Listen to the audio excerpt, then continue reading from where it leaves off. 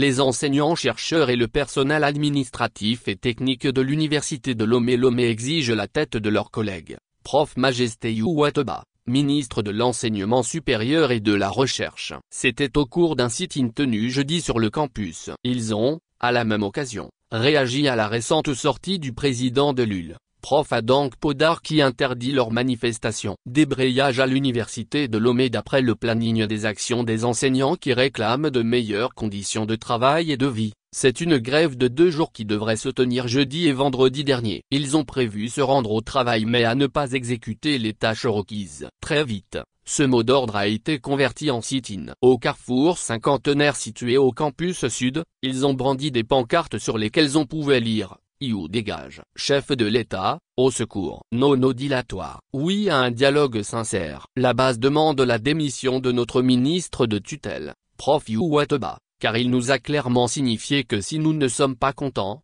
d'aller voir le président de la République, a expliqué Prof Mohou Mansane, de la faculté des sciences et du département de physique.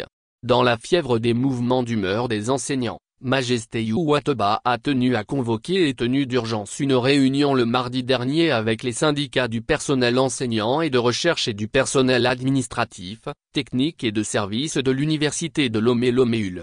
Les doyens, les directeurs de l'UL ont aussi participé à cette rencontre qui s'est tenue à l'amphi 600 de l'université de Lomé. Pas grand-chose n'est sorti des discussions. Réponse des enseignants à Prof Adank Podar à la veille du démarrage de la grève de 2 jours. Le président de l'université a notifié aux enseignants-chercheurs qu'il a interdit le mouvement. Prof Adank Podar estime que ces activités violent les dispositions légales qui régissent le droit de manifestation au Togo. Dans les oreilles des manifestants, cet argument sonne mal. Ils réitèrent leur engagement de poursuivre les manifestations jusqu'à ce qu'ils obtiennent satisfaction. Nous avons fait comprendre au président de l'UL que nous n'allons pas surseoir à notre mouvement quand il nous a demandé cela. Il leur revient, son collègue de Kara et lui, de prendre leurs responsabilités pour nous permettre de rentrer dans nos droits, a indiqué le porte-parole des enseignants.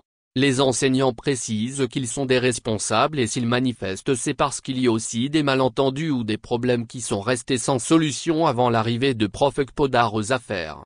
Ils réclament entre autres le reliquat des accords de 2011, soit 10 mois d'arriérés, le paiement du solde des 5 et 10% de salaire offerts par le chef de l'État en 2020 et 2022 aux enseignants et au personnel administratif et technique des universités publiques du Togo, UP, en guise d'atténuation de la cherté de la vie.